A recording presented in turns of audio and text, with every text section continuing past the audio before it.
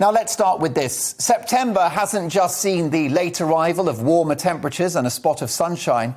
There appears to have been the late arrival of common sense too. The hated and divisive idea of COVID vaccine passports, in which you would be required to show your vaccine status for entries into nightclubs and other large venues, has been scrapped. It is gone. Finito. The end. This according to Health Secretary Sajid Javid, known to his friends as the Saj. Well, he's going to make more friends with this decision. It's appalling that the supposedly libertarian, freedom-loving Boris Johnson even threatened to roll out this policy. And we should be cautious, given the fact that the decision to scrap the idea was followed with the two worst words in the political lexicon: for now. But my view is that having hesitated to roll out this infrastructure, one that would split our society in two and link access to certain freedoms and public services to your health status, it's unlikely that the government will revisit this monstrous idea. It would just be so damn unpopular. This is a triumph for logical, science-based, rational thought, something that has been in short supply over the last 18 months. The vaccine may help in limiting severe illness and death, but it's now clear it does little to stop the transmission of the virus, rendering proof of vaccination for entry into venues utterly pointless. It's also a victory for political pressure. Well done to the Liberal Democrats, their leader Sir Ed Davey and their erstwhile Home Affairs spokesman Alistair Carmichael. And well done to that principled handful of Tory backbenchers that make up the COVID recovery group, including Sir Graham Brady and Tom Hunt, who joined me for the big question on this programme last week. But most importantly, this is a victory for you. Boris Johnson, always keen to be popular, can't have fancied the public rage from millions of people across the country if he had rolled this one out. One of you emailed me during the show last week and said if Boris does this, the Tories are over. Here's my point.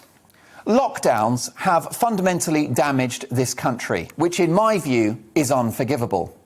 But vaccine passports would have fundamentally changed this country, which is unimaginable.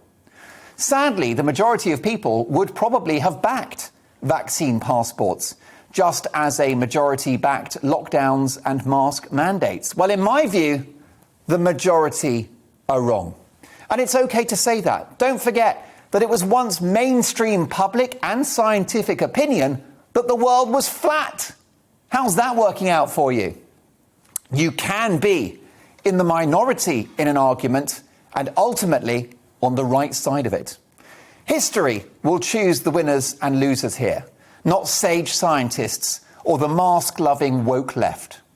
Speaking of the left, vaccine passports have been another missed opportunity for Sir Keir Starmer, an open goal.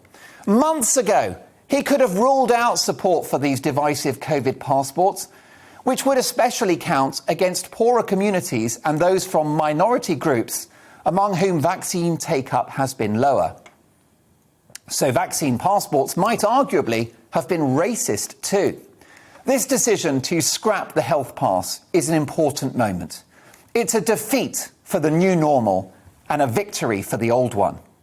And this is good news for the Prime Minister. Pushing back against a chorus of political and scientific voices, Boris Johnson delivered Freedom Day on the 19th of July. Cases fell and he was proved right. Critics called it reckless. In the end, it would have been reckless not to. So Boris must now commit to those famous libertarian values of his and really start to govern by those values that he claims to have.